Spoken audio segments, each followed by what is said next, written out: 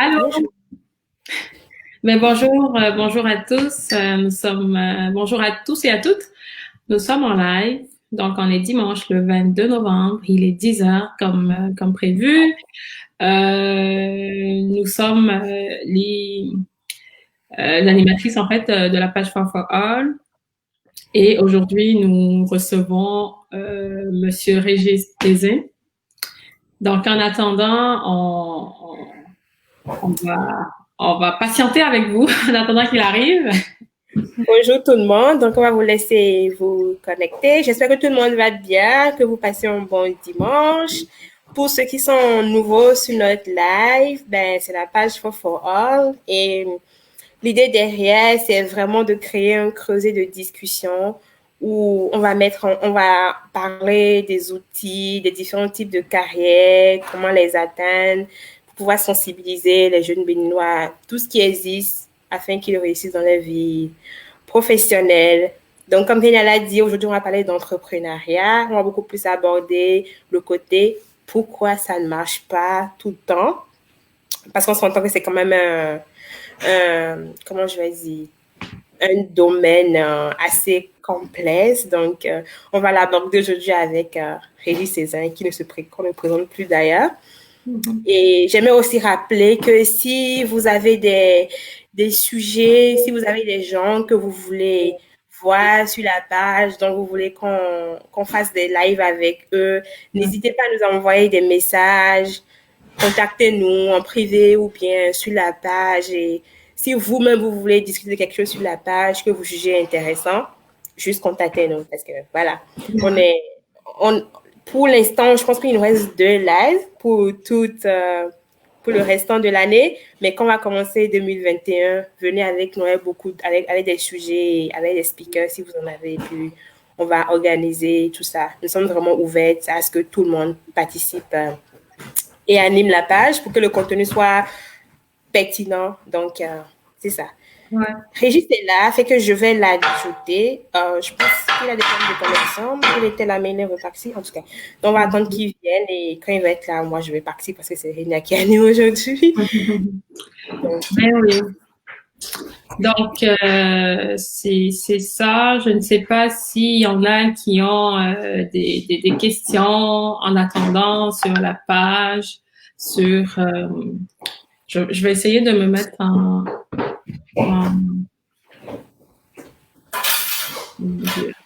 je vais muter mon truc.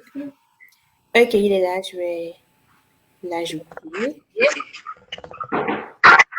Donc, bye bye, bon live à tout le monde. Là, je me laisse. OK. Bon live. Allô? Allô, Oui, bonjour Régis. Comment allez-vous? bien, bien, bien, et vous? Oui, très bien, merci. Bon, j'espère que la journée, le dimanche a bien débuté. Ben oui, 16 heures déjà par ici. Ben, oui, Ouais. de retard, les dieux de la technologie ils sont un peu Ben, taquins aujourd'hui. ben oui, c'est bien compréhensible. En tout cas, merci de nous avoir rejoints. Merci d'avance pour le temps que vous nous accordez aujourd'hui. Donc, on va parler, comme tout le monde le sait, d'entrepreneuriat et surtout des raisons, en fait, d'échec en entrepreneuriat.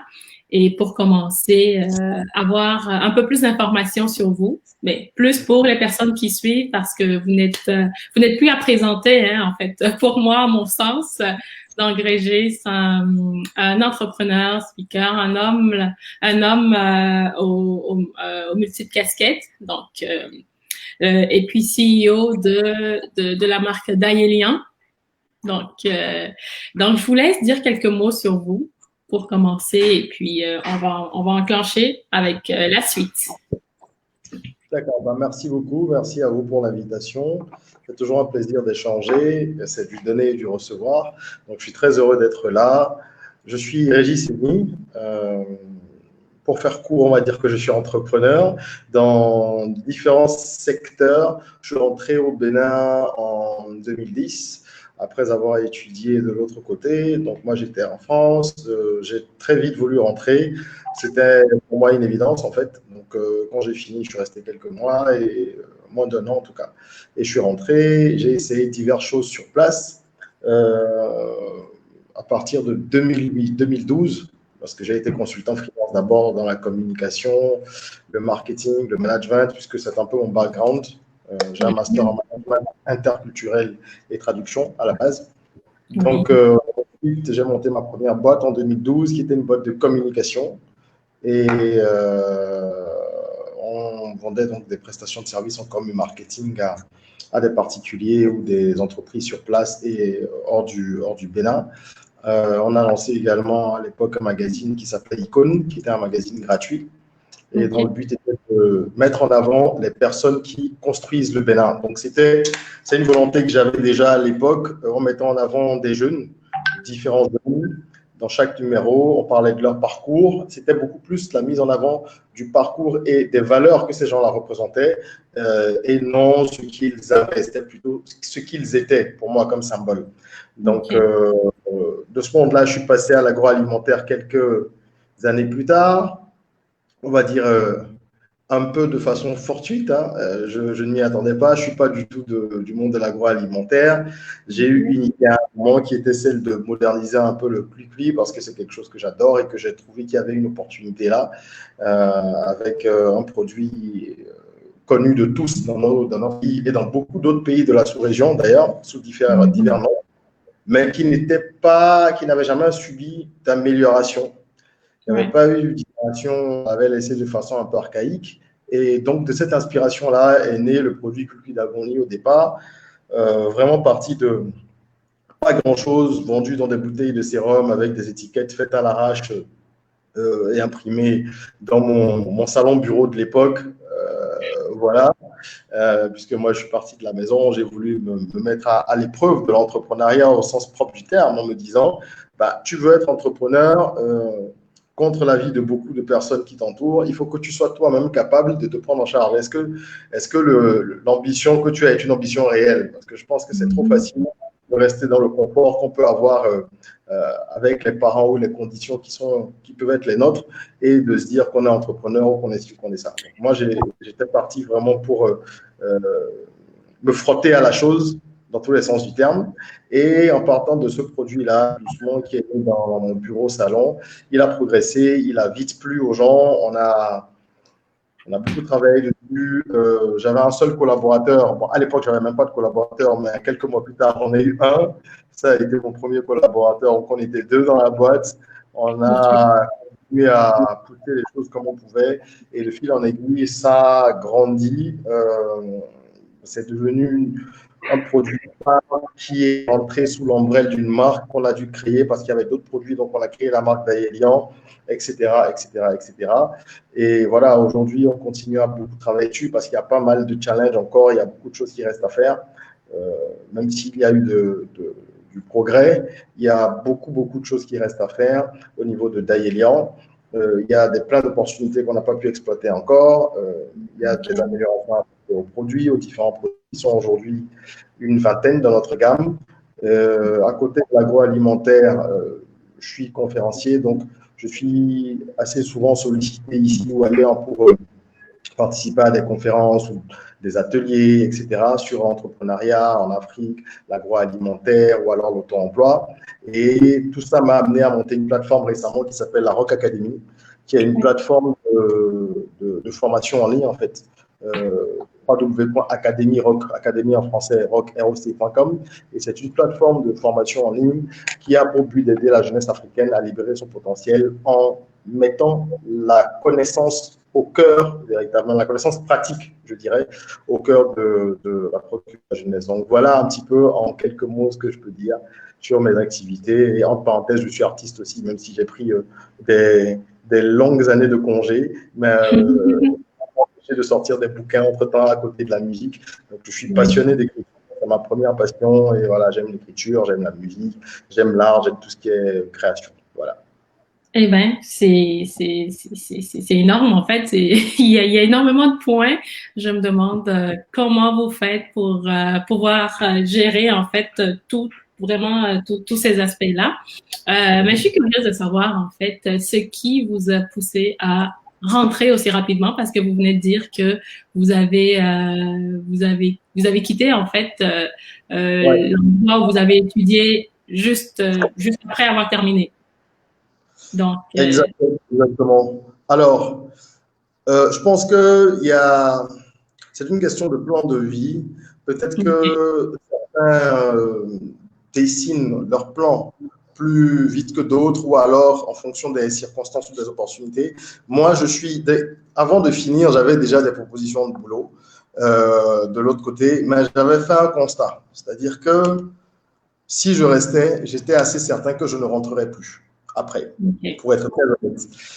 Oui, parce que j'ai vu des grands frères, comme on dit, des grands frères béninois ou togolais ou bref, peu importe, d'Afrique francophone, avec qui j'ai parlé longtemps pendant que moi j'étais encore à l'université, et qui m'expliquaient que ça faisait plusieurs années qu'ils avaient envie de rentrer, mais qu'ils n'arrivaient pas forcément à se décider parce qu'ils avaient déjà beaucoup d'engagement, ce qui peut se comprendre. C'est-à-dire qu'ils ont soit une famille déjà, soit un boulot ou des crédits sur le dos, et c'est plus difficile de faire le saut pour passer de l'autre côté. Il y a aussi les habitudes. Lorsqu'on a pris l'habitude d'être dans ces environnements qui sont occidentaux et qui présentent beaucoup d'avantages aussi, parce que c'est des sociétés qui ont développé un certain nombre de choses qui sont plus en avance que nous sur ce point, on a du mal aussi à accepter certains paramètres chez nous lorsqu'on rentre. Je vais vous donner un exemple simple. Moi, je ne me suis toujours pas habitué, pourtant je suis quelqu'un qui s'adapte très, très, très vite, je ne suis toujours pas habitué au fait que les gens te disent à côté de nous, que quand tu veux acheter un truc, il n'y a pas la monnaie. Ça a l'air totalement con ou drôle, mais c'est une norme chez nous, vous le savez, et ça, c'est quelque chose qu'on a du mal à accepter. C'est quelque chose de banal, mais je le donne à titre d'exemple. Il y a bien d'autres paramètres, n'est-ce pas? C'est difficile d'accepter la façon dont les gens voient les choses lorsqu'on a été moulé dans autre chose pendant longtemps. Alors moi, après 5 ans d'études et un peu moins d'une année, j'avais déjà prévu de rentrer. Ça a été assez difficile de convaincre les gens parce que j'ai fini major de ma promo, j'avais des propositions. Donc à l'école, ils ne comprenaient pas trop pourquoi je voulais rentrer non plus. Au niveau de l'environnement familial, ce n'était pas simple, mais j'avais la conviction que je ferais beaucoup plus de choses sur le continent que de l'autre côté. Et encore une fois, je ne suis pas rentré au Bénin, je suis rentré en Afrique. Moi, je le considère comme ça. Parce que les défis que nous avons, il faut les voir de façon globale. Un Ivoirien peut rentrer en Afrique et s'installer au Sénégal. Ça se fait, on voit plein de cas comme ça. Ou un Béninois atterrir au Congo, etc.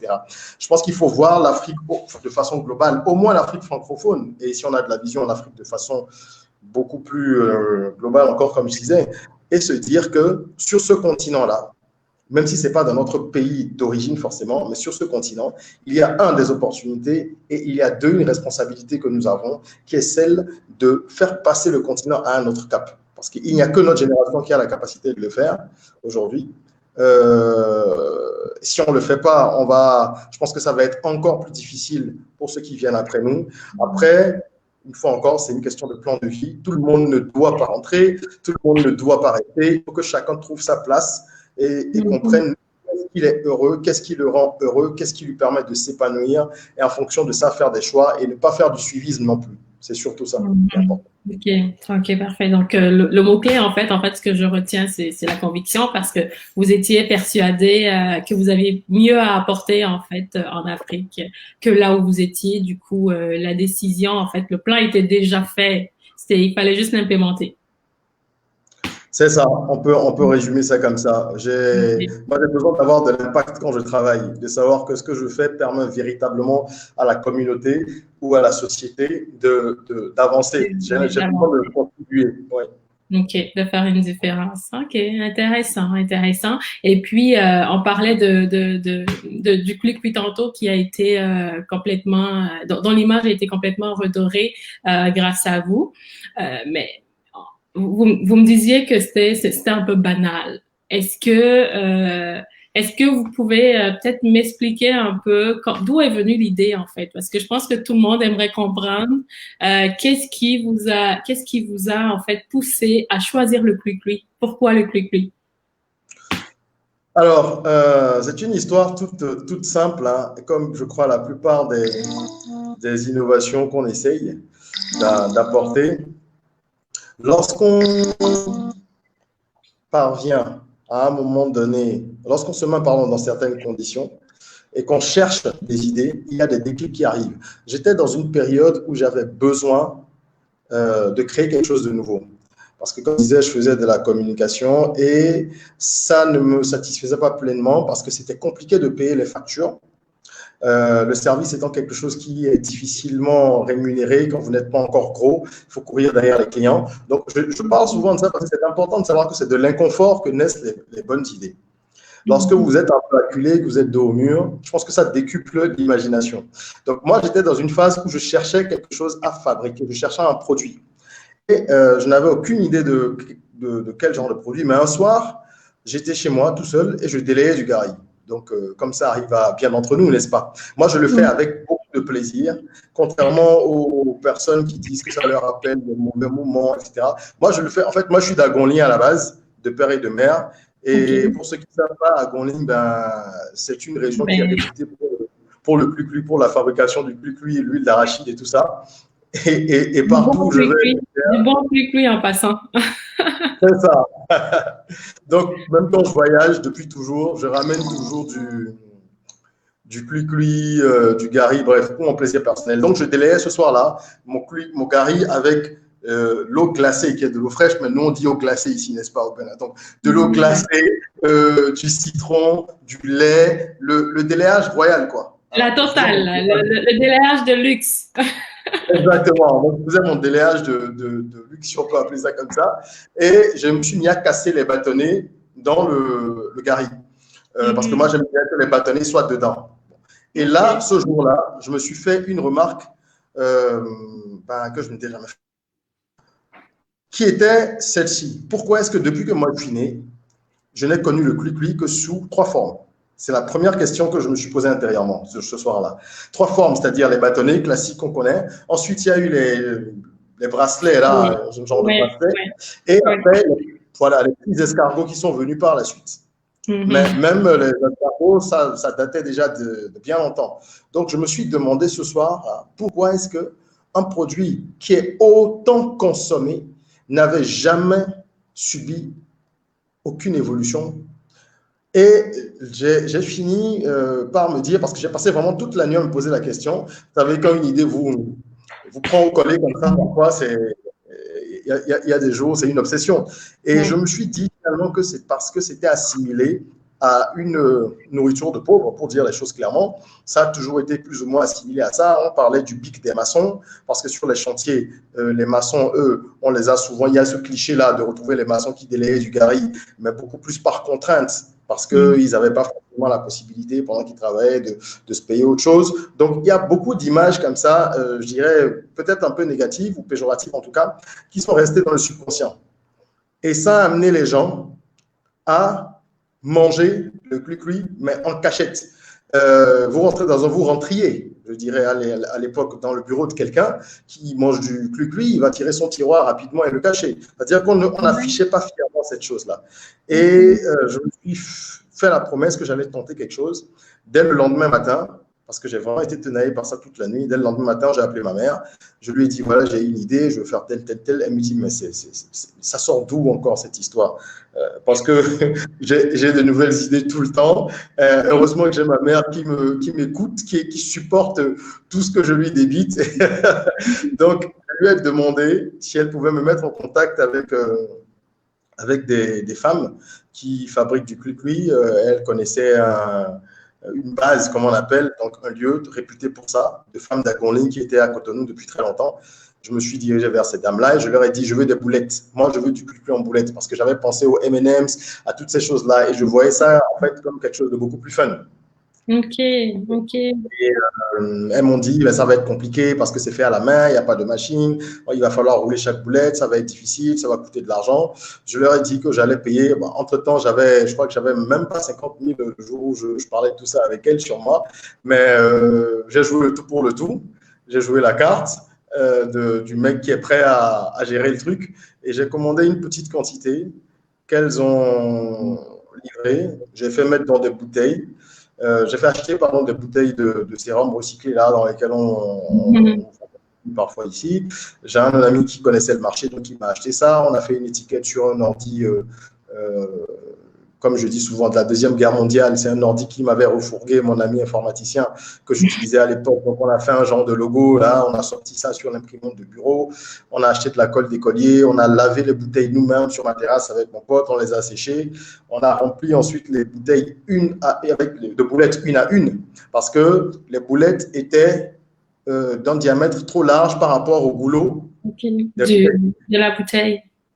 Voilà, il fallait les rentrer une à une, ce qu'on a fait. Il y avait 30 bouteilles, on a collé les étiquettes et ensuite, j'ai passé une annonce à la radio pour recruter une jeune étudiante que j'ai eue qui cherchait un job pour les vacances. Je lui ai proposé un fixe et un variable. Je ne savais pas comment j'allais gérer ça, mais je me suis lancé dedans. Et le premier jour, elle est partie avec un sac à dos que je lui ai donné et elle a vendu les 30 bouteilles.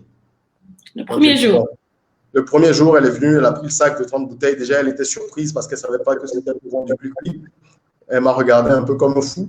Elle est partie.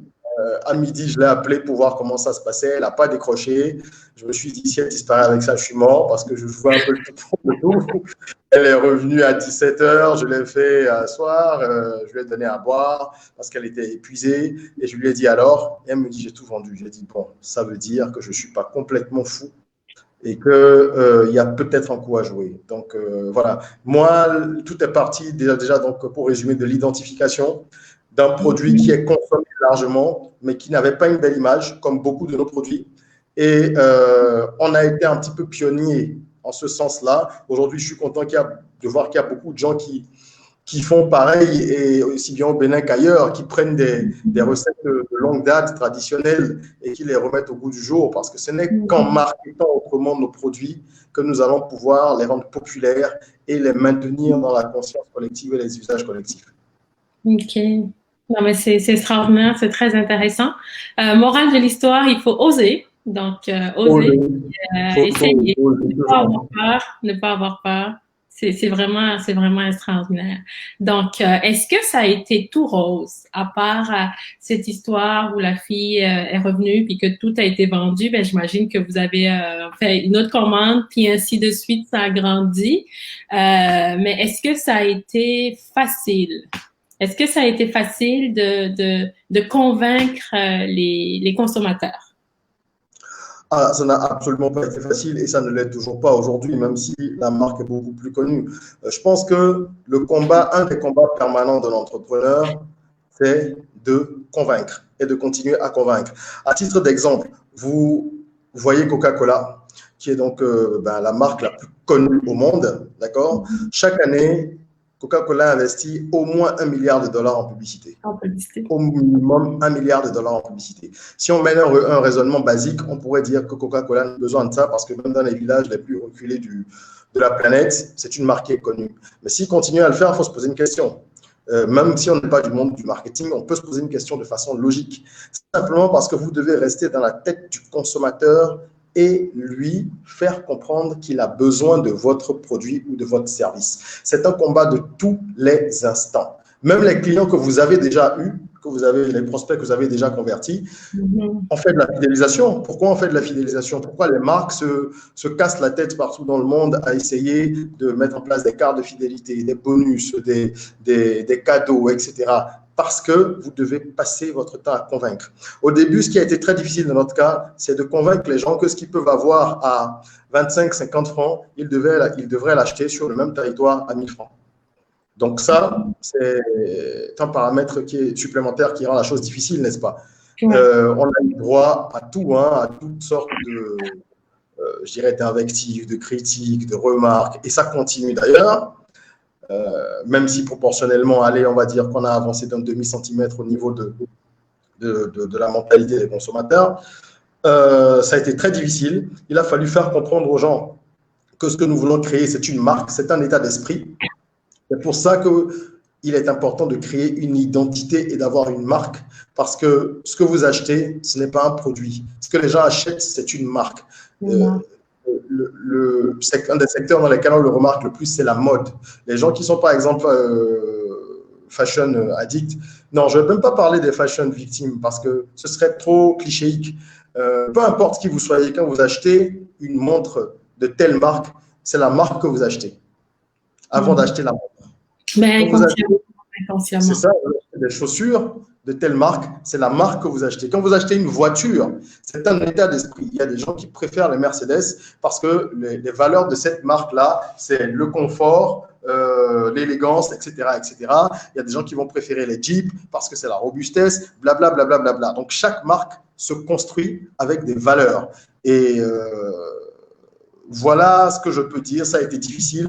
Les gens ont fini par adopter un peu, mais le challenge est toujours présent. Et pour être honnête, notre clientèle se retrouve beaucoup plus au niveau de la diaspora ou des touristes qui arrivent. On travaille beaucoup avec les hôtels, etc. Ce n'est pas le béninois lambda sur les produits gaéliens qui les consomment le plus. Il y a d'autres activités que nous menons qui sont à l'endroit direct des consommateurs locaux et qui sont moins connus parce qu'elles n'ont pas vocation à être marketées comme Daelian.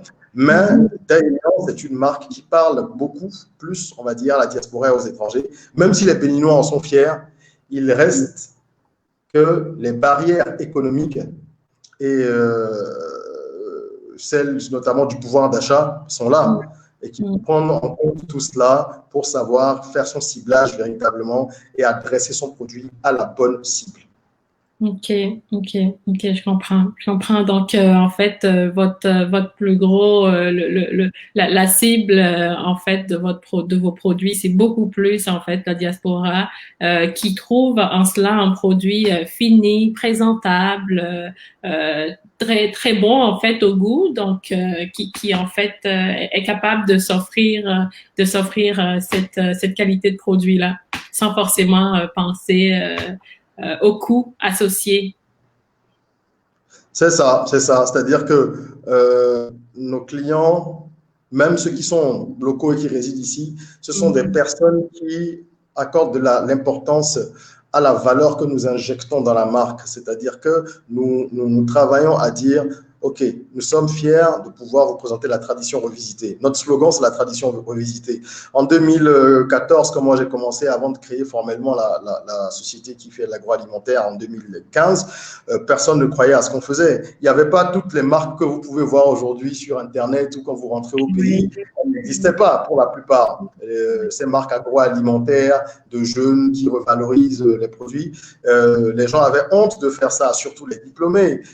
On se disait, mais qu'est-ce que ce mec qui allait étudier à l'étranger, qui rentre, fait dans ce truc? Pourquoi ils vont du glucui? Moi, j'allais à la Foire de l'Indépendance moi-même avec mes équipes, d'accord, et je restais toute la journée à vendre des galettes.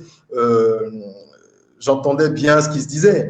Ben, c'est parce qu'on a tenu bon et qu'on a voulu montrer qu'il y a une identité que nous pouvons utiliser. On a trop de richesses, en fait. Oui. Au Bénin, que ce soit culinairement ou au niveau des arts, on a une culture qui est dense et qui est riche et qui ne demande qu'à être valorisée. C'est ce qui a commencé à être fait par beaucoup de personnes et j'en suis vraiment heureux. Je suis fier qu'on ait servi de pionnier là-dessus. Donc oui, nous mettons en avant la tradition revisitée. C'est notre leitmotiv. Effectivement. En tout cas, merci. Ben moi, j'adore le clic-lui. Je m'en achète à l'occasion, puis j'adore délayer, puis c'est vraiment bon. Et aussi, c'est très, comment dire, le fini c'est très présentable. En fait, c'est des petits snacks que tu peux rapporter en cadeau pour présenter en fait des produits de chez toi différemment. Donc, j'achète, comme on dit. Parlons d'entrepreneuriat au Bénin sur le plan plus général. Qu'est-ce que vous pensez en fait du monde entrepreneurial tel qu'il est actuellement au Bénin? Est-ce que les choses avancent dans la bonne direction selon vous, puis selon l'expérience que vous avez du domaine entrepreneurial? Oui, il faut dire qu'il y a quand même un mouvement qui est en place, que ce soit au Bénin ou dans les autres pays de la sous-région. Il y a une grosse vague qui est en place, mais comme je dis souvent aux gens à chaque fois que je donne des conférences, il faut éviter de vendre du rêve et il faut éviter de balancer des images qui ne sont pas conformes à la réalité. Alors, je m'explique très simplement. L'entrepreneuriat aujourd'hui est une porte de sortie. Beaucoup de personnes se lancent dans l'entrepreneuriat par défaut. Moi, par exemple, ça n'a pas été mon cas. Ça a été un choix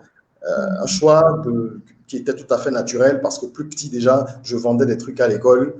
Voilà, j'ai toujours eu l'esprit un petit peu business ou commerçant même, si on veut. Donc, il faut que les gens comprennent que la dynamique qu'il y a actuellement, c'est une bonne dynamique parce qu'elle permet de créer de la valeur et aucun État ne se développe sans un secteur privé fort. Donc, la bonne nouvelle, c'est qu'il y a de plus en plus d'entrepreneurs et que sur 100 ou sur 1000 entrepreneurs, il y en aura un ou deux qui vont être de grosses réussites et qui vont donc passer à l'échelle industrielle peut-être, qui vont embaucher des milliers de personnes, etc. Ça, c'est la bonne nouvelle. La mauvaise nouvelle, par contre, c'est que dans tout ce flot, il y a un peu d'agitation. Et quand il y a de l'agitation, cette agitation n'est pas contenue, n'est pas encadrée, on peut tout de suite se retrouver à la dérive. Les étudiants qui sortent aujourd'hui des universités n'ont pas beaucoup d'alternatives. Il y en a peu qui ont des alternatives parce que le secteur public n'embauche plus dans beaucoup de pays. Le secteur privé embauche très peu. Et ça va être une tendance qui va se passer parce qu'on a bien vu avec le coronavirus plein d'entreprises fermées, même ici des PME, des TPE surtout. Donc, il y a également une crise au niveau du privé. Alors, pour se débrouiller, vous avez dû remarquer que beaucoup de gens commencent un petit business pendant qu'ils sont à la maison où ils se disent que voilà, c'est ça qui marche, qui fonctionne. Mais les clichés que vendent certains médias en vous faisant penser que du jour au lendemain, vous allez être le prochain Bezos, moi, c'est un peu des choses contre lesquelles je lutte. C'est-à-dire que moi, je veux encourager l'entrepreneuriat. C'est bien qu'il y ait cette vague-là, cette ferveur, mais il faut que les gens sachent que c'est un chemin difficile. C'est un sacerdoce. Certains réussiront en 10 ans, d'autres en 30, d'autres ne vont peut-être jamais exploser et d'autres échoueront, beaucoup échoueront.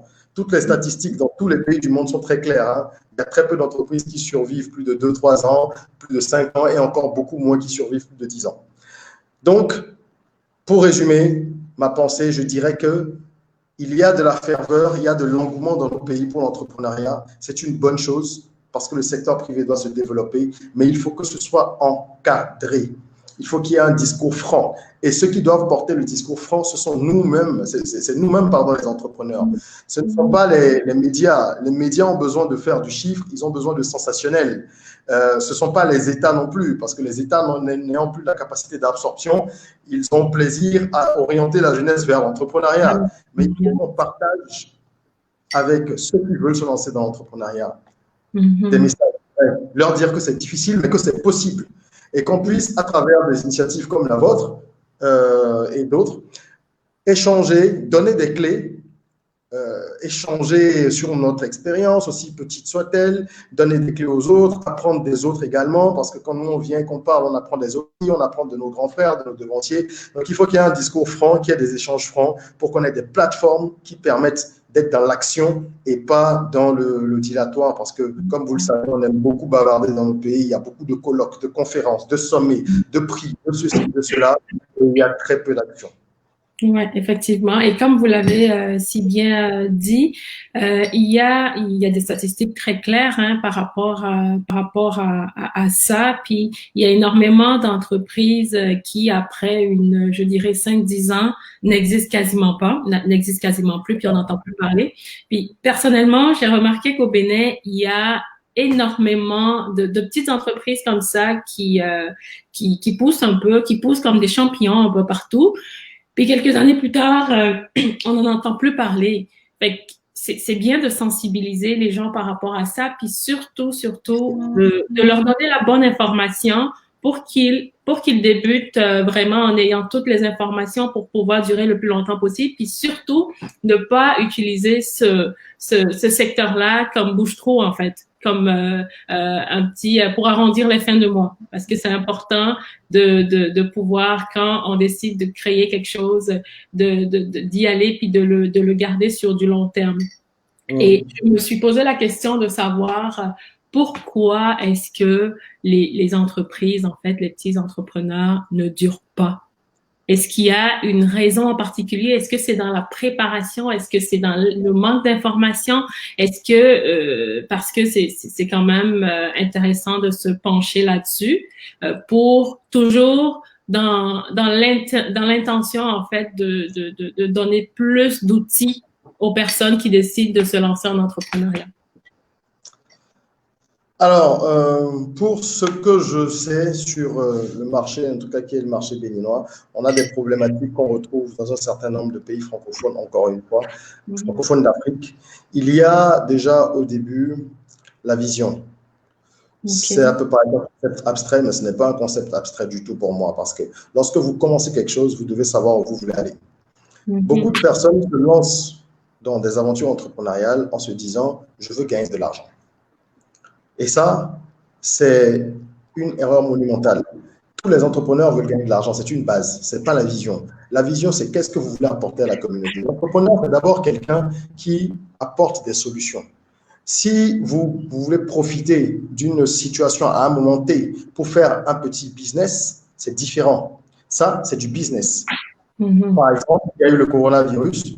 Dans plein de pays, on a vu des gens acheter du gel, revendre des masques et tout ça. Ça, c'est de l'opportunisme d'affaires et il n'y a rien de mal à cela. Mais ce n'est pas ça être entrepreneur. Il faut savoir où vous voulez porter votre entreprise ou votre projet dans 5 ans, dans 10 ans, dans 20 ans. C'est parce que vous aurez une vision sur le moyen et le long terme que vous serez en mesure de traverser les difficultés. Parce que la seule certitude, comme je dis, quand on commence dans l'entrepreneuriat, la seule chose qui ne soit pas aléatoire, ce sont les aléas. Les aléas, vous en aurez plein. Donc, il faut d'abord, il faut savoir clairement où on veut aller. Et ça manque cruellement. Vous parlez avec les gens, vous leur demandez, mais quel est ton plan? Qu'est-ce que tu veux faire? Comment tu vois ta boîte? Tu te dis, je ne sais pas, moi, je veux faire des affaires. Donc, ce n'est pas pareil. Première chose. Seconde chose, vous parliez d'information. L'information, comme on le sait, c'est le nerf de la guerre. Et nous sommes dans des environnements où les gens partagent peu. La preuve est que si vous voulez aujourd'hui vous documenter sur l'entrepreneuriat, vous allez acheter des biographies de Steve Jobs, de Bill Gates, de Xavier Niel en France, je veux dire de grands acteurs connus dans le monde occidental. Mais vous n'achèterez pas de livres d'acteurs africains parce qu'il n'y en a pas. Il y en a très peu. Il y en a très peu. Ce n'est que depuis quelques années que des entrepreneurs africains ont commencé à partager un petit peu leur expérience à travers des livres, qu'on a vu des blogs commencer à naître, des pages un peu partout, et que l'information a commencé à être partagée. Donc, il y a un problème d'information véritable.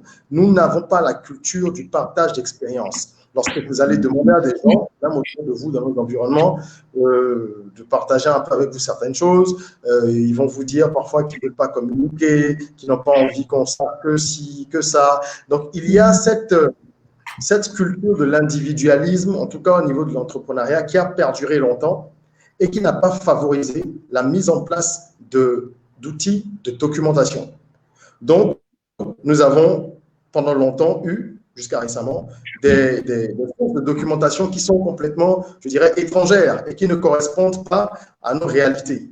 Voilà pourquoi moi, par exemple, je mets un point d'honneur à écrire, que j'ai sorti un bouquin, enfin, qui était mon second bouquin il y a 2 ans, qui s'appelle Jusqu'au bout j'irai, où je partage le peu d'expérience que j'ai déjà et je continuerai à le faire avec d'autres bouquins par la suite.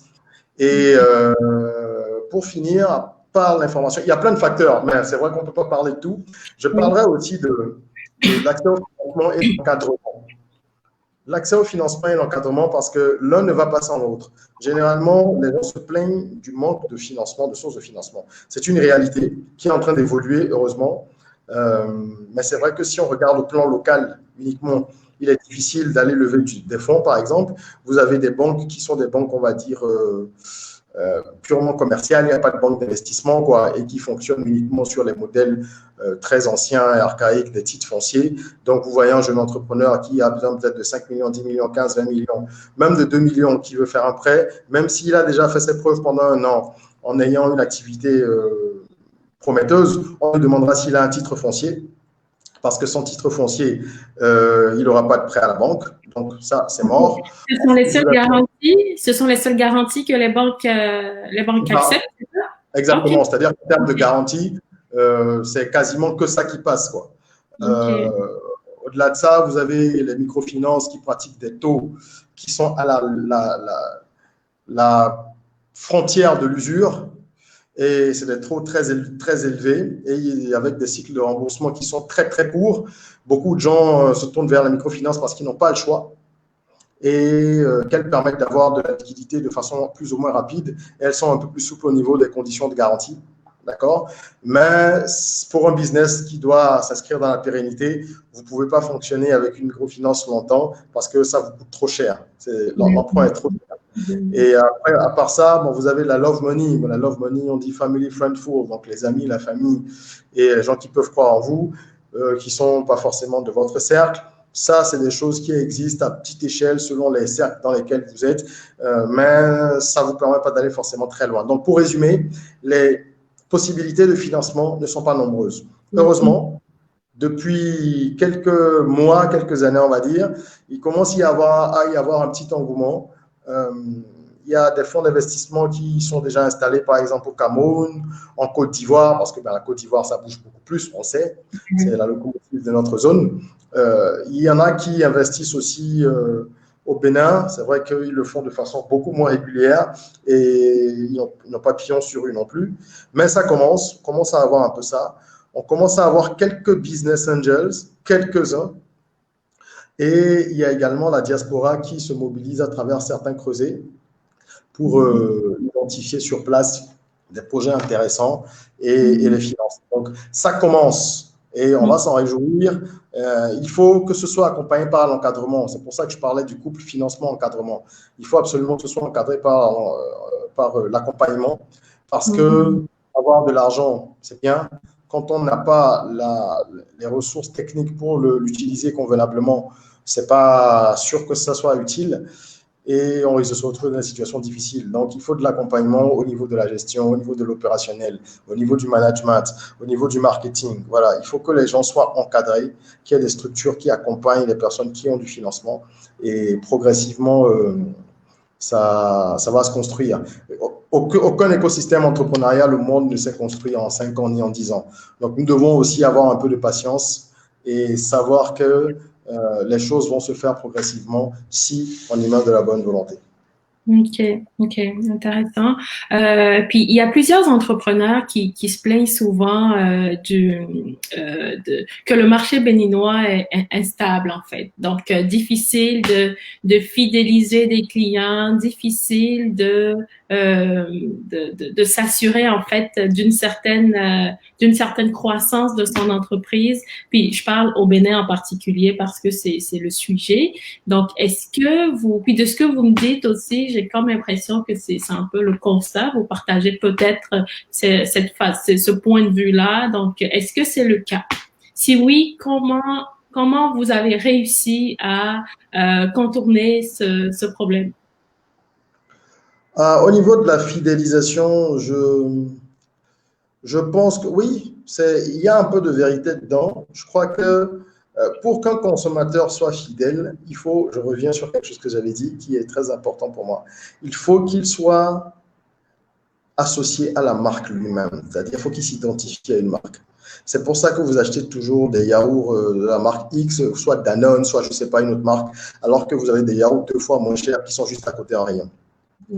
Et pour qu'un consommateur soit fidèle et donc s'identifie à une marque, il faut beaucoup d'argent, beaucoup d'efforts marketing. C'est pour ça que nous ne pouvons pas faire le poids face aux multinationales, parce qu'on n'a pas les mêmes budgets et que ça met du temps de construire des marques. Il ne faut pas oublier que les marques dont nous parlons tous, qui sont des marques internationales, elles ont des décennies et des décennies d'existence, voire des siècles pour certaines. Donc, les consommateurs béninois ne peuvent pas encore, de façon très honnête, s'approprier des marques parce que nos marques ne sont pas encore assez fortes. Okay. Nos marques ne sont pas encore fortes. Elles sont en pleine construction. Et beaucoup d'entre elles vont mourir sur le chemin parce que justement, ça demande du temps, de l'argent et de l'énergie. L'autre point qu'il faut aborder, c'est que nous n'avons pas la culture du consommation local. C'est un débat qui est très actuel et qui devient un petit peu banal peut-être, mais il faut le dire. Contrairement à des pays voisins, nous n'avons pas la culture du consommation local. Ici, il faut encore, ça évolue tout doucement. Quand vous allez au Burkina, il y a certains produits pour lesquels les Burkinabés ne réfléchissent même pas. C'est une marque burkinabé qu'ils vont acheter. Il n'y a même pas de, il y a pas de discussion, de négociation possible. Quand vous allez au Nigeria, je ne veux pas en parler, vous savez que les anglophones, ils sont beaucoup plus chauvins, je dirais même. pour me risquer à aller jusque-là. Ils consomment énormément ce qui est de chez eux. Ça explique pourquoi leur industrie musicale et cinématographique, par exemple, en est où elle est aujourd'hui, parce qu'ils ont consommé la musique qui est un produit, ils ont consommé la musique de chez eux, ils ont consommé ce que leur artiste leur proposait avec fierté. Vous allez en Côte d'Ivoire, c'est pour moi un pays francophone qui est un cas d'exemple où il n'y a pas tant que ça ce complexe-là par rapport à ce qui est produit en local. Parce qu'il y a une question de complexe qu'il faut aborder et nous avons toujours tendance à penser au Bénin que ce qui vient d'ailleurs est de meilleure qualité. Ce que les gens vous diront tout de suite quand vous vendez un produit, c'est pourquoi est-ce que c'est plus cher que telle marque? Pourquoi est-ce que c'est ceci par rapport à cela? On est toujours dans de la comparaison avec des marques qui ont des standards internationaux qui existent depuis, qui sont ancrés dans nos habitudes. Et l'Ivoirien, pour ce que j'ai pu en voir en tout cas, sur certains pans, ne réagira pas forcément pareil. Il achètera, il consommera d'abord parce que c'est ivoirien. Et ça, c'est la préférence nationale. La préférence nationale, c'est une triple responsabilité. C'est une responsabilité des États qui doivent mettre en place des conditions qui favorisent l'entrepreneuriat local, surtout ceux qui font de la production, que ce soit de la production d'art, de la production de produits, de la production de services, peu importe, de sorte à ce qu'au niveau fiscal ou sur d'autres points, il y ait des allègements, des choses qui permettent à ces producteurs et promoteurs d'être compétitifs. Ça, c'est la première chose. Puisque vous voyez en France ou au Canada, il y a des filières qui sont subventionnées largement. Sinon, le lait ne serait pas au prix auquel il est en France, le pain non plus. C'est un exemple, parenthèse, pour étayer un petit peu. Donc, il faut déjà un travail des États, un travail législatif, une véritable volonté. Il faut ensuite que les producteurs et promoteurs que nous sommes, qu'on se mette ensemble, qu'on se responsabilise et qu'on essaye de créer de grands ensembles parce qu'il y a beaucoup de petites entités fortes, mais qui ne pourront pas aller loin. Il nous faut de grands ensembles. Et ça, c'est un autre volet qui est le travailler ensemble. Ça évolue tout doucement. On verra bien ce que ça va donner. Et il faut également une responsabilité des consommateurs qui doivent comprendre que lorsque j'ai un produit à 100 francs, si je l'achète à 110 francs parce qu'il est produit localement, c'est quand même mieux que d'acheter ce qui est produit à 100 francs et qui vient d'ailleurs. Simplement parce que ça nourrit peut-être mon cousin, ma nièce. Les gens ils ont une courte vue. Ils ne comprennent pas en fait que vous payez des impôts qui sont, surtout quand vous commencez à grossir, vous payez des impôts de plus en plus importants. Donc, vous contribuez au développement du pays de façon directe. Vous embauchez des personnes qui sont des personnes de leur entourage, direct ou indirect également, et que vous faites rayonner le nom du pays partout, parce que c'est également à travers le rayonnement que vous allez tisser des relations, tisser des partenariats qui vont être des partenariats stratégiques, qui vont ramener des investisseurs au Bénin ou au pays, qui vont ramener de la compétence et que ça va permettre à tout le monde d'être gagnant. Donc, il y a un vrai travail de pédagogie à faire et ça, j'ai l'impression que ça va mettre un peu de temps. Parce qu'on est un peu coincé uniquement sur la question de prix. Les gens, ils ont le réflexe tout de suite de se dire tout ce qui est fait localement doit être moins cher et surtout de critiquer, mais pas de critiques constructives, d'accord? C'est qu'on n'a pas encore développé cette envie-là véritable de fabriquer des champions. Voilà, je m'en arrêterai à ça. Il faut qu'on ait une envie collective de fabriquer des champions nationaux parce que si on ne le fait pas, on va avoir à chaque fois des petits feux comme ça qui vont prendre et qui vont s'éteindre les uns après les autres. Oui, effectivement. Puis il y a aussi un point à mon avis, qui est non négligeable, c'est aussi le volume. Hein. Donc, plus on consomme un produit, ben, plus l'investigateur de ce produit-là pourra réduire ses coûts parce que tout fait du volume. Hein. Il pourra réduire les coûts pour le rendre plus accessible. Mais c'est sûr que si ça coûte la même quantité d'électricité, la même quantité de tel ou tel aspect pour réaliser, par exemple, 30 bouteilles de Quickly, ben c'est sûr que si j'en fais 100 dans la même période, ben je peux réduire mes coûts aussi. Donc, plus on consomme, plus les prix seront abordables. C'est sûr. OK. C'est ça. J'espère que tout ça tombera dans les bonnes oreilles, en fait, parce que c'est aussi le but de dire ce qui ne va pas, ce qui pourrait être amélioré pour le bien de tous, en fait, le bien de la communauté. Donc, pour finir, on va prendre les questions, mais bon, je voulais juste que vous puissiez dire quelque chose à un Béninois, un jeune Béninois qui cogite actuellement sur un projet qui lui tient à cœur et dont il souhaiterait s'investir à 100%, sinon 200%. Quel message aurez-vous à lui communiquer? Alors, la connexion fait des caprices, c'est pas bien entendu, mais si j'ai compris, vous me demandiez quel message je pourrais passer à des gens qui veulent s'investir dans l'entrepreneuriat, c'est ça? Oui, effectivement, oui. Alors, moi, je suis un grand passionné et je pense que pour faire les choses, il faut avoir de la passion d'abord. Mm-hmm. Je pense qu'il faut avoir de la passion. Il faut avoir de la passion pour ce qu'on fait. Qu'on ait envie de tisser des nattes ou qu'on ait envie d'envoyer des fusées dans l'autre dimension, peu importe, il faut avoir de la passion. Il y a ce qu'on appelle, je ne sais plus quel auteur l'a dit, mais il parle de ce que moi je récapitule en parlant des 3 P, c'est-à-dire la passion, la performance et le profit. La passion, c'est important, mais il faut faire attention parce que c'est un piège.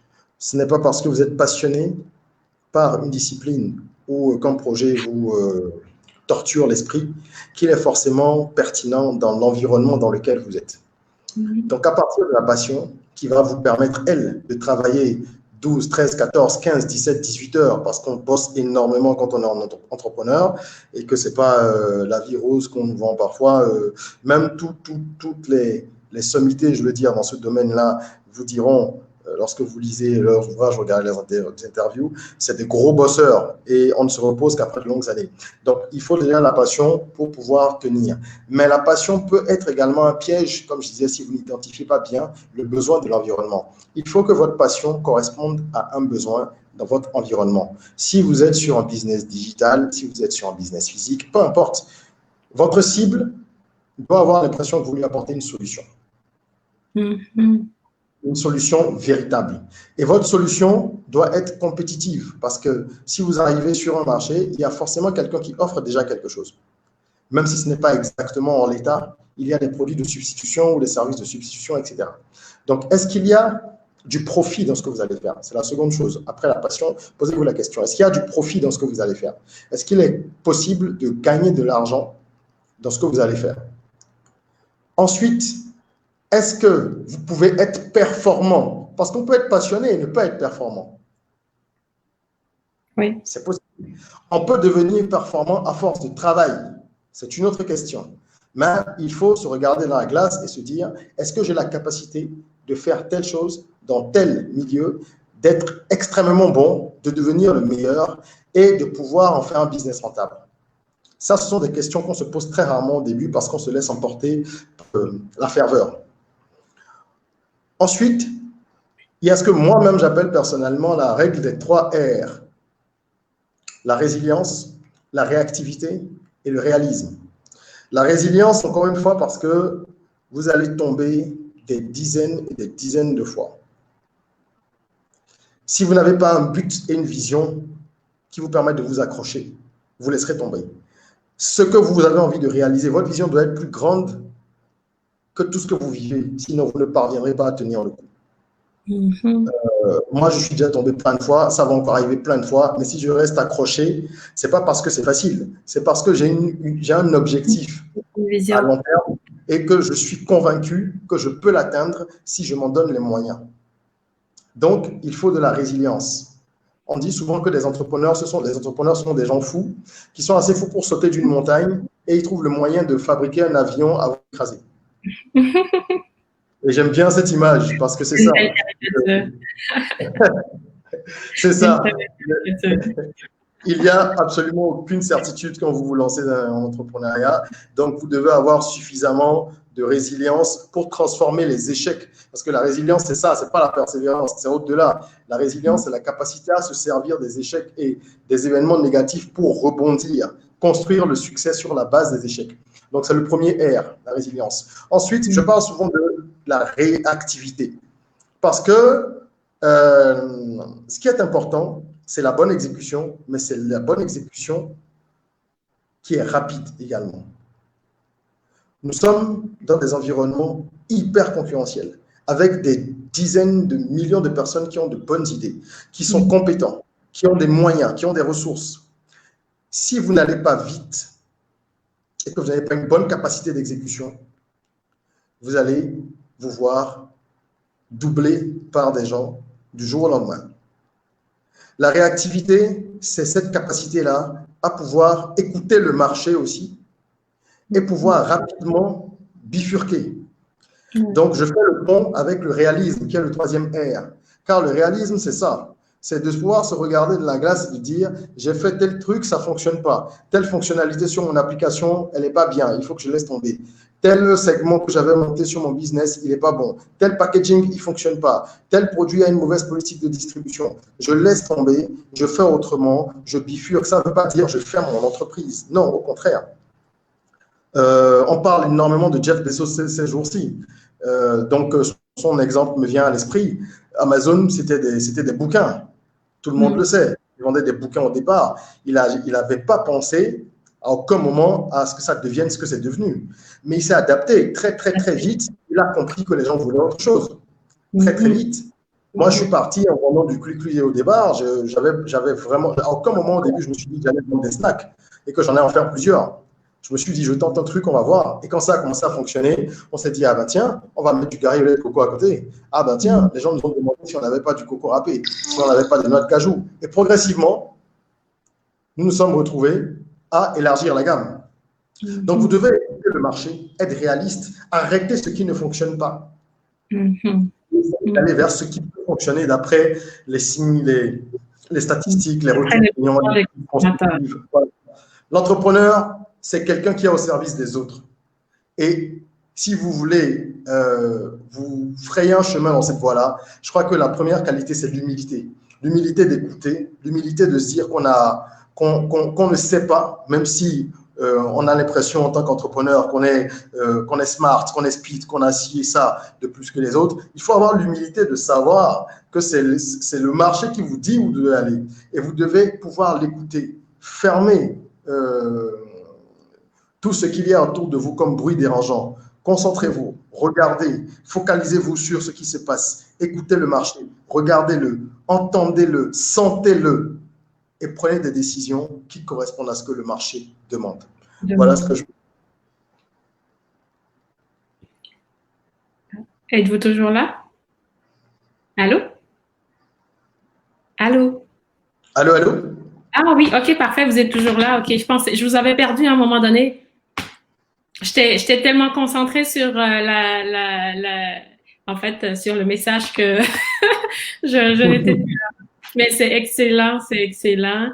Puis j'ai une question d'une personne qui suit le live, mais avant de la poser, je trouve important de parler de votre nouveau projet, ben pas le nouveau, mais un projet quand même le plus récent, qui est la Rock Academy, que moi je trouve extraordinaire. Donc j'aimerais que vous puissiez la présenter aux gens, puis surtout leur expliquer en fait le bien fondé et la raison de cette institution. D'accord. Alors, merci pour l'opportunité de parler de la Rock Academy. C'est une idée qui est née déjà de mon bouquin Jusqu'au bout j'irai. Quand je l'écrivais, un des concepts que j'ai développé, c'est le concept Rock, qui est le sous-titre du livre, Rock pour rêver, oser et créer. Simplement parce que dans nos environnements, j'ai l'impression qu'on n'a pas été habitué ou éduqué à pouvoir rêver grand. On peut très vite vous taxer d'être un mégalomane si vous avez des ambitions, alors que vous voulez quand même servir la communauté. Donc, il faut qu'on apprenne à rêver. Ce n'est qu'avec des rêveurs pragmatiques que nous allons y arriver. Ensuite, il faut oser. C'est là que vient le pragmatisme du rêveur. Le rêve, c'est bien beau, mais il ne va pas se construire pendant qu'on est allongé dans son lit. Donc, il faut avoir l'audace de passer des idées et des émotions, des sensations, de l'inspiration, de l'intuition à l'action. Et ensuite, on a le C pour créer, parce qu'une fois qu'on a commencé, il faut créer de l'impact sur la durée. Donc pour moi, le parcours, il est en 3 étapes. Rêver, oser, créer. Et entre parenthèses, je rajoute le croire et croître. Parce que si vous ne croyez pas en ce que vous faites, vous n'allez pas croître, pardon. Donc, j'ai développé ce concept-là et en 2019, on a organisé des masterclass à Cotonou Cotonou et Calavi et Parakou. C'était donc des journées on va dire, de leadership, sur le leadership pour aider les uns et les autres à développer leurs projets. Donc, on parlait de business, mais de leadership, c'est-à-dire qu'il y avait des ateliers sur le business plan, le pitch et tout ça. Mais il y avait également du partage d'expérience sur le leadership et on parle beaucoup de soft skills.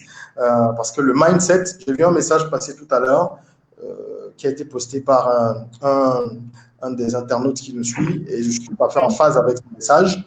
C'est que les gens ne sont pas préparés mentalement. Les entrepreneurs, je les compare souvent à des athlètes de haut niveau. Le mental fait 70% au moins d'un entrepreneur qui a réussi. Ça, c'est clair et c'est net. Parce que c'est simplement parce qu'il a réussi à supporter certaines choses que d'autres n'ont pas pu supporter qu'il a pu poursuivre son chemin. Donc, il y a une question de mindset sur laquelle il faut travailler et ces masterclass-là qu'on a créées, c'était aussi pour ça. C'était pour aider la jeunesse à changer de mindset, à bâtir une mentalité de conquérant et de gagnant. Après avoir organisé ces masterclass l'année dernière, on a eu des échos très, très favorables.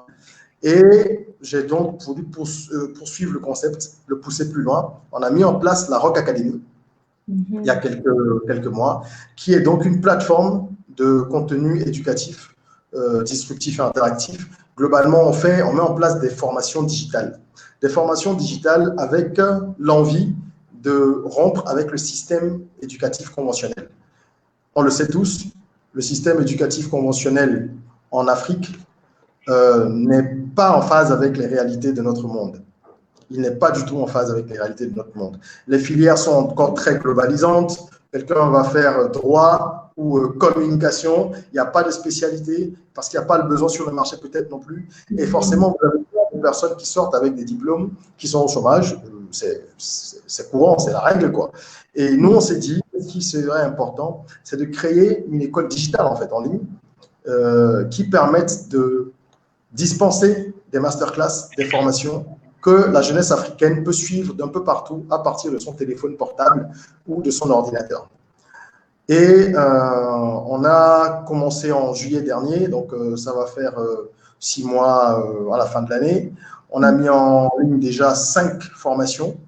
On a des catégories qui sont assez variées. Vous allez retrouver des formations dans le domaine de l'art et de la créativité, dans le domaine du business et du leadership, dans le domaine du développement personnel également. Donc, voilà un petit peu ce que nous avons mis en place au niveau de la Rock Academy, des formations digitales que les gens achètent à des montants qu'on estime forfaitaires, c'est-à-dire 20 000, 15 000, pour permettre vraiment à tout le monde de pouvoir avoir accès à la connaissance, à l'information. On travaille avec des spécialistes dans chaque domaine. Quand on décide d'organiser une formation sur un thème X, on va chercher une personne qui a fait ses preuves, qui a de la compétence et de la pratique surtout, parce que moi, les théoriciens, je trouve que c'est bien, mais ceux qui pratiquent en même temps, c'est encore mieux.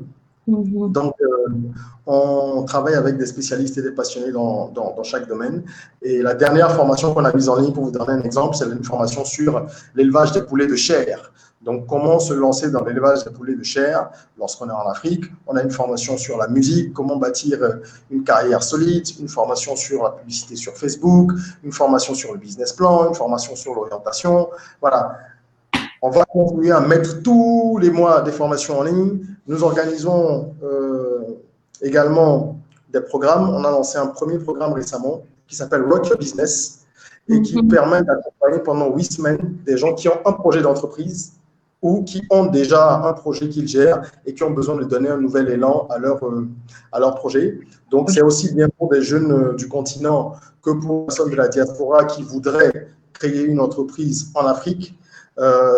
C'est un programme de 8 semaines avec des cours dans 5 disciplines et des spécialistes dans les 5 disciplines.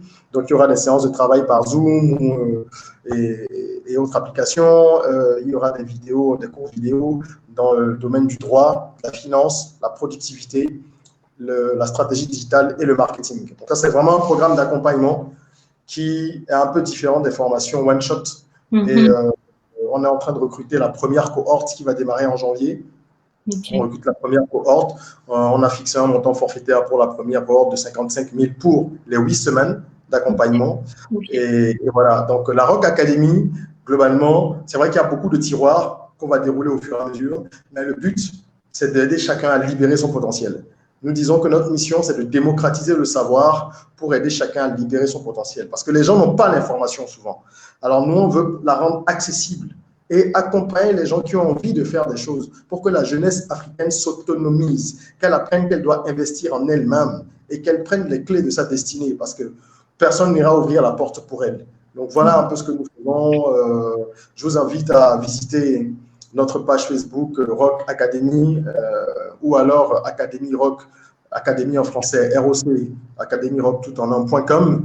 On a également une émission mensuelle qui est un contenu gratuit qui s'appelle Talk Rock, où nous recevons des spécialistes dans différents domaines pour échanger de questions qui sont liées justement à la performance de la jeunesse, comment gérer son argent, pourquoi est-ce qu'il faut mettre l'anglais en priorité dans sa carrière. On a abordé plein de thèmes, le business plan, etc., etc.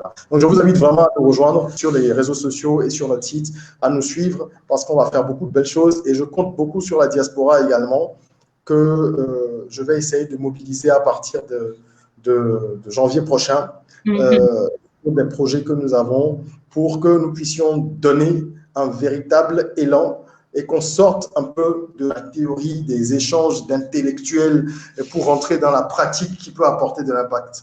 Oui, effectivement. Ben, merci. Pour les personnes qui demandent le lien, ben, il est en commentaire, donc vous allez pouvoir y avoir accès sans aucun souci. On va passer aux questions. J'étais tellement dans la discussion que je n'avais pas vu les questions, donc il y en a quand même pas mal. Il y a des gens qui vous remercient pour votre temps et votre intervention. J'ai une question. Comment attendez, je vous salue. Parfait. Comment éviter les pièges de Get Rich Quick quand on veut se lancer en entrepreneuriat? Comment éviter les pièges? Les pièges. Get Rich Quick.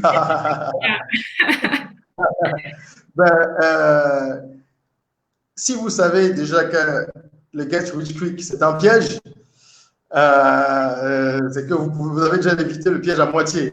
Non, de façon plus sincère et plus juste, je dirais que le overnight success, ça n'existe pas. Tous ceux qui ont réussi de très très grandes choses le disent, donc je ne fais que le répéter. Ça n'existe pas. Il faut comprendre que tous les empires se construisent pas à pas. Je dis souvent aux gens, si vous voulez devenir rapidement, ne devenez pas entrepreneur. Faites des affaires. C'est-à-dire que vous identifiez un produit ou un besoin à un moment donné, allez l'acheter, d'accord, venir le revendre 2 ou 3 fois plus cher. Au Bénin, on a une grande culture de l'import-export avec le marché Copa pendant très longtemps et ça continue d'ailleurs. On a de grands commerçants, mais ça, c'est du commerce, c'est du business. L'entrepreneur apporte une solution à un problème. Il crée quelque chose de nouveau. Si vous voulez être un businessman uniquement, il n'y a aucun problème à ça, il n'y a aucun mal à ça. Moi, il y a des activités que j'ai en parallèle qui n'ont rien à voir avec ce que j'appelle mes activités entrepreneuriales et qui consistent à proposer des produits ou des services à un moment T parce que les gens en ont besoin et que ça me fait rentrer de l'argent beaucoup plus vite que ce que peut me générer mes activités entrepreneuriales. Donc, vous avez le choix. C'est-à-dire, si vous êtes vraiment passionné par l'entrepreneuriat, vous pouvez vous lancer et trouver le moyen de pouvoir équilibrer un peu les choses avec éventuellement d'autres activités où vous faites du conseil. Moi, je fais du conseil en marketing, en communication, toujours en freelance. Donc, ça m'arrive d'avoir des marchés pour réaliser des études de marché au Bénin ou en Afrique de l'Ouest, etc. Ça, c'est des missions qui viennent, qui sont strictement pour moi en tout le temps et qui vont faire entrer de l'argent parce que je sais que de l'autre côté, ça va être plus lent. Si vous voulez que votre entreprise traverse le temps, vous ne pouvez pas la dépouiller. Même si elle commence à être rentable rapidement, vous ne pouvez pas vous mettre à la dépouiller. Vous devez réinvestir, vous devez aller sur votre marché, vous devez développer de nouvelles solutions, vous devez recruter, etc., etc. Donc, il faut être clair avec soi-même et se dire, qu'est-ce que je veux? Moi, personnellement, je veux bâtir un empire. Et je sais quelles sont les composantes qu'il faut pour que l'empire puisse tenir. Donc, j'essaie de mettre au fur et à mesure, brique après brique, les choses en place. Je sais que ça va mettre du temps, mais en attendant, il faut vivre. Donc, j'essaie d'équilibrer par ailleurs. Le Get Rich Quick, je c'est difficile d'éviter complètement le piège parce que, je veux dire, on est entouré de ça tout le temps, de personnes qui nous vendent aujourd'hui, surtout sur Internet, oui, il faut faire du trading, en 2 mois tu es riche, lance-toi dans tel domaine, en 2 semaines tu es riche, etc. C'est une question de vision personnelle. Vous devez savoir où vous voulez aller et quelles sont vos motivations dans la vie. Tout part de là, quoi. Qu'est-ce que vous voulez faire dans la vie? Qu'est-ce que vous avez envie de réaliser? Quand moi je vais aux conférences, je demande aux gens généralement, vous voulez faire quoi? J'ai beaucoup de jeunes qui me disent, je veux être riche. Je leur dis, mais ce n'est pas une vocation. Être riche, c'est une conséquence. C'est une conséquence. Tout le monde veut de l'argent.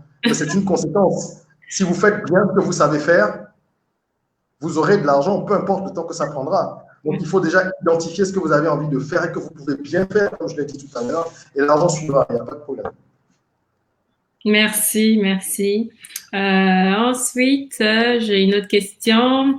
Quelqu'un qui remercie pour la discussion enrichissante et qui pose la question de savoir est-ce qu'il y a des initiatives de regroupement entre les entrepreneurs au Bénin? Donc, pour créer les marques fortes dont vous parlez. Donc, est-ce que ça existe déjà? Est-ce que c'est quelque chose qui est en réflexion? Qu'est-ce que vous avez à nous partager par rapport à ça? Ce sont des choses qui se discutent, mais il y a encore beaucoup de travail. Je dirais que, en tout cas, ce que je sais, c'est encore à une étape embryonnaire parce que nous sommes dans un contexte où on a déjà du mal à travailler ensemble. Ça, vous le savez très bien. Au Bénin, on a du mal à travailler ensemble. Ce n'est pas un mythe. Ce n'est pas en le disant ou en ne le disant pas que ça va changer. Les choses sont en train d'évoluer, mais ça reste encore ancré parce que pendant longtemps, on a une histoire qui fait que les gens ont du mal à se faire confiance. Nous le savons, n'est-ce pas? Ça, c'est la première barrière véritable qui fait qu'il n'y a pas de marque forte avec des regroupements. Les discussions sont en cours à certains niveaux avec certaines personnes qui ont compris qu'il faut travailler ensemble pour grandir. Mais je ne peux présager de rien. J'espère que ce sont des choses qui vont porter très rapidement. Il faut que tout le monde puisse être gagnant aussi. C'est ça. Lorsqu'on se met ensemble, il faut que chacun ait l'impression qu'en cédant une partie de lui-même, il gagne autre chose. Parce que quand vous demandez à quelqu'un de fusionner, entre guillemets, je ne parle pas forcément de fusion-acquisition au sens commercial, mais quand vous demandez à quelqu'un de se mettre avec vous, vous lui demandez d'enlever une part de lui. Quelqu'un qui a créé une entreprise ou qui a créé une marque, il y a mis de l'âme, il y a mis de l'amour, il y a mis de l'énergie, il y a mis de l'argent. Donc, en prenant cette partie pour grossir, vous devez lui donner quelque chose en échange. Vous devez lui apporter quelque chose en échange. Et ce sont ces équilibres-là qui, à mon avis, ne sont pas encore forcément bien trouvés. On ne peut pas copier les modèles de mise en commun qui existent ailleurs et les appliquer à 100%. Je pense que comme pour toute chose, il faut adapter les modèles à nos réalités. C'est ça. Et c'est un travail d'adaptation qui va prendre du temps parce qu'il faut faire de l'analyse de façon très claire et il faut pouvoir essayer différentes choses pour voir ce qui va fonctionner. Nous sommes souvent dans le copier-coller. C'est ce qui explique beaucoup d'échecs à divers niveaux, économiques, politiques, social, entrepreneurial. On prend les concepts, on les applique sans prendre le temps de les adapter alors qu'on doit être dans du local. Donc, prendre du global et le mettre du local. Donc, voilà un peu ce que je peux dire. Je n'ai pas de précision particulière que je pourrais apporter là-dessus. Ouais. Puis ça me fait penser en fait à un article en fait que j'ai vu la semaine passée ou cette semaine par rapport à Fram Business. Je ne sais pas si vous en avez entendu parler, qui a été créé en fait. J'ai comme l'impression que c'est un genre de coopérative pour permettre un espace de coworking pour entrepreneurs au Bénin. Créé, je pense, par la directrice de King of Soto, je pense, ma belle Alexis. Donc, je ne sais pas si vous en avez entendu parler. Est-ce que il y a des partenariats? Qu'est-ce que vous en pensez? Alors, j'en ai entendu parler. Il y a des incubateurs qui existaient déjà, mais qui n'étaient pas orientés food, qui étaient orientés tech surtout. Et qui ont fait leurs preuves, qui font de belles choses. Et l'initiative de Mabel est une bonne initiative, puisque de toute façon, c'est des choses dont on a besoin. Pouvoir mettre à disposition, regrouper les efforts, fusionner les choses pour que les énergies puissent converger vers des choses plus grandes. Est-ce qu'il y a des partenariats avec nous principalement? Non, pour le moment. C'est peut-être des choses dont nous allons discuter. L'initiative est toute nouvelle. J'en ai entendu parler il y a 1 ou 2 semaines sur les réseaux aussi. Oui. Je pense que ça suscite beaucoup d'intérêt à juste titre. Et ce qu'il faut comprendre, c'est que ces initiatives-là, nous allons devoir tous mettre la main à la pâte pour que ce soit des choses qui grandissent, mais avec des plans assez clairs, des plans de développement stratégique qui seraient assez clairs et qui permettraient de bâtir encore une fois sur la durée des marques fortes. Donc, non, je suis tout à fait en phase avec ce genre d'initiatives qui doivent être portées par certains d'entre nous. Il y a plusieurs combats à mener.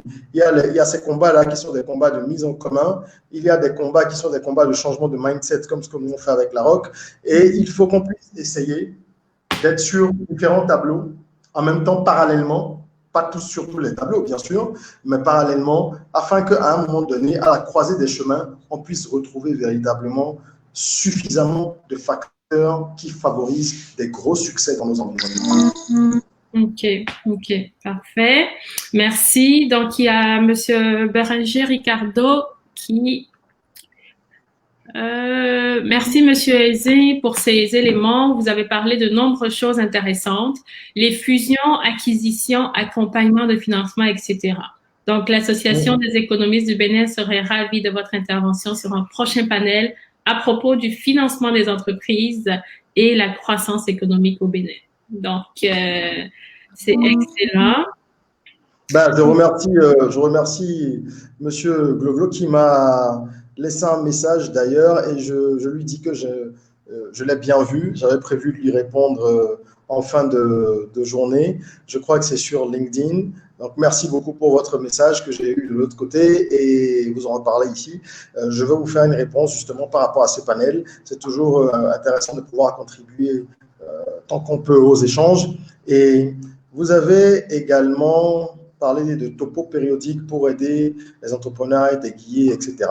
Oui, je vais dire oui avec dans une certaine mesure.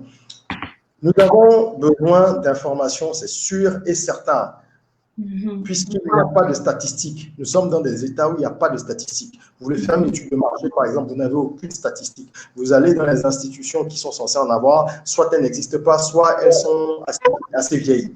Donc, on se retrouve à naviguer un petit peu à vue. Les topos tels que vous les évoquez, je ne suis pas encore entré dans l'intelligence de ce que ce sera exactement. Mais oui, ça peut être intéressant si ce sont des données qui sont micro et qui touchent véritablement des secteurs précis. Parce que les données macro dans lesquelles nous nageons généralement, on a beaucoup de données macroéconomiques qu'on perçoit ça et là ou dont on nous parle. Ce sont des choses qui ne touchent pas les TPE, qui ne touchent pas les PME, qui ne touchent pas l'entrepreneur individuel, etc. Ce sont des grandes données, généralement, qu'on va retrouver au niveau du secteur bancaire, au niveau du secteur pétrolier, au niveau du secteur ceci, du secteur cela. C'est important, mais ça ne touche pas les entrepreneurs au sens auquel nous l'abordons aujourd'hui, c'est-à-dire les primo-entrepreneurs, les TPE et les PME. Donc, oui, s'il y a des informations qui sont précises selon les secteurs et sous-secteurs qui concernent les acteurs que je viens d'évoquer, bien évidemment, je pense que ça pourrait être intéressant. Il faut voir dans quelle mesure cela pourrait être réalisé et comment le diffuser aussi pour que ça parvienne véritablement aux personnes qui en ont besoin.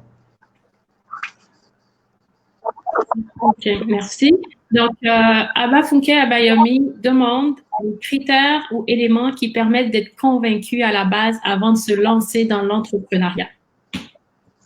S'il s'agit d'être convaincu d'une idée, je dirais qu'il n'y en a aucun. J'exagère un peu. Je vais m'expliquer. Alors, vous avez la possibilité d'avoir des signaux.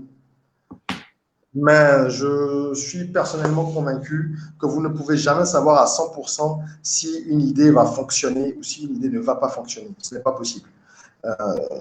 Ça, c'est mon avis. Pour preuve, vous prenez le cas de Jack Ma, par exemple, qui présentait son projet de site à ses amis de l'époque dans son appartement. La vidéo est sur YouTube, dans son, je crois que c'était un petit studio. Et il y a une partie qui l'a suivi, l'autre qui ne l'a pas suivi.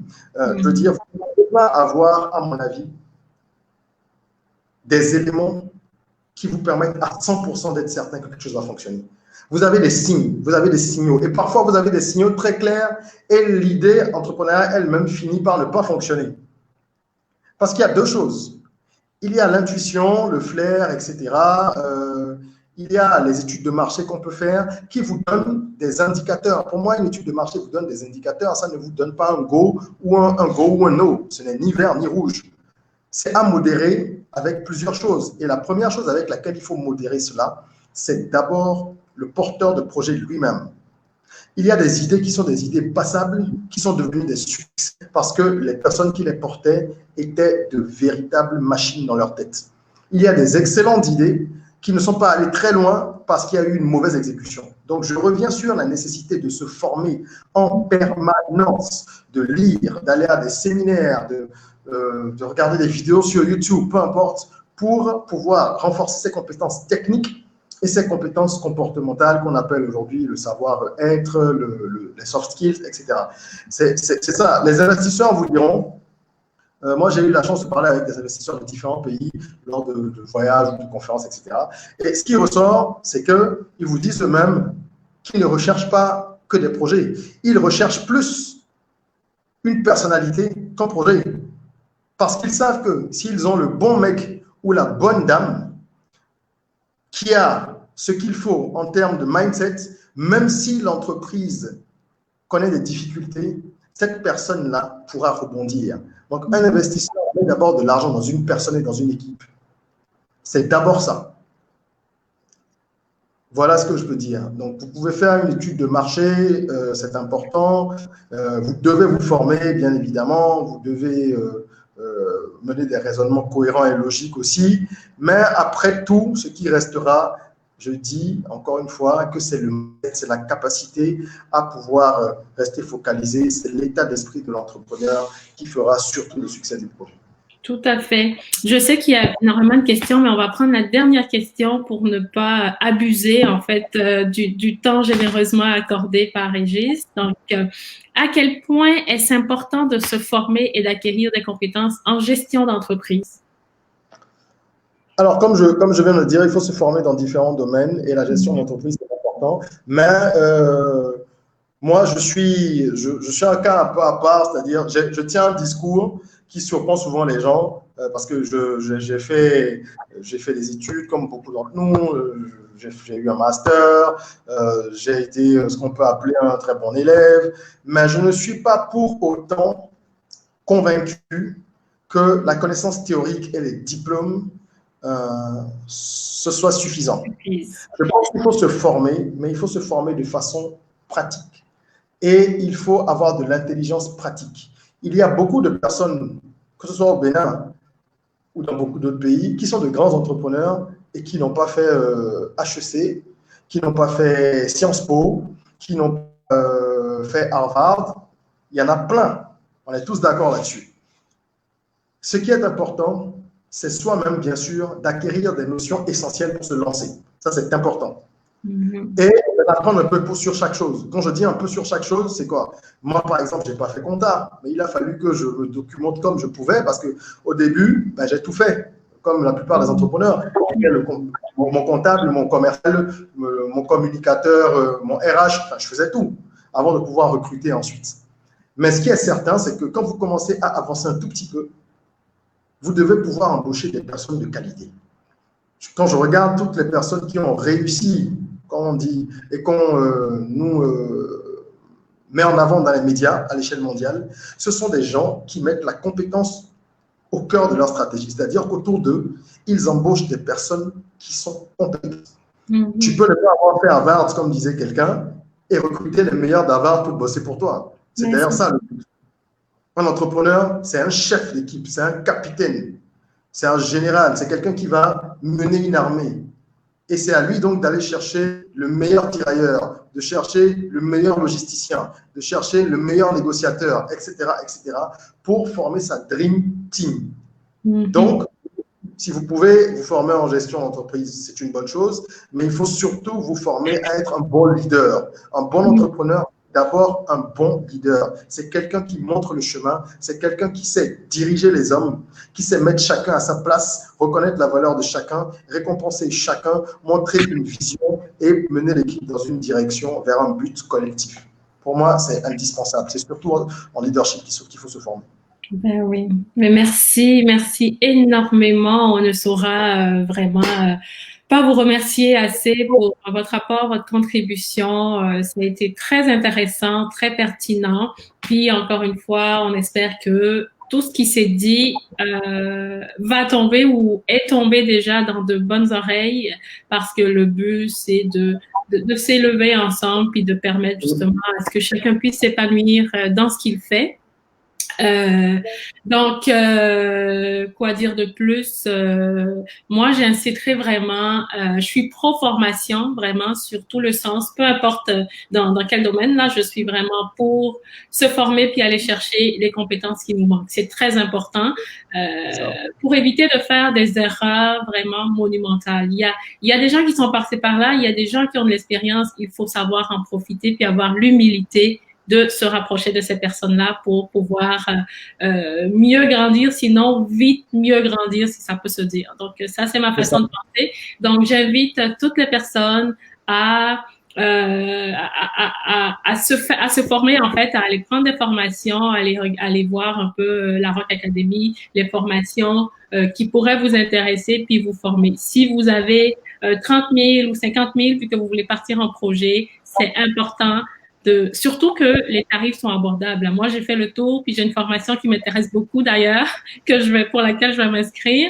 Ça vaut vraiment le coup. Puis pour le contenu qui y est offert, je pense que le prix n'a vraiment rien à voir là. C'est vraiment plus pour partager, à mon sens. Donc, merci pour toutes les personnes qui ont suivi. Je sais que vous avez encore des questions. On espère peut-être avoir une autre opportunité avec Monsieur Régis. Donc, je vous souhaite un bon dimanche. Merci beaucoup. Merci. Et puis, merci beaucoup. Merci Régna. Merci à toute l'équipe de m'avoir invité. Ça a été un plaisir d'échanger avec vous. Et merci à tous ceux qui nous ont suivis. Et je vous dis à très bientôt. À très bientôt. Plaisir partagé. Bon dimanche tout le monde. Merci, merci. Bon dimanche à tout le monde et à bientôt. Ciao, ciao. À bientôt. Bye.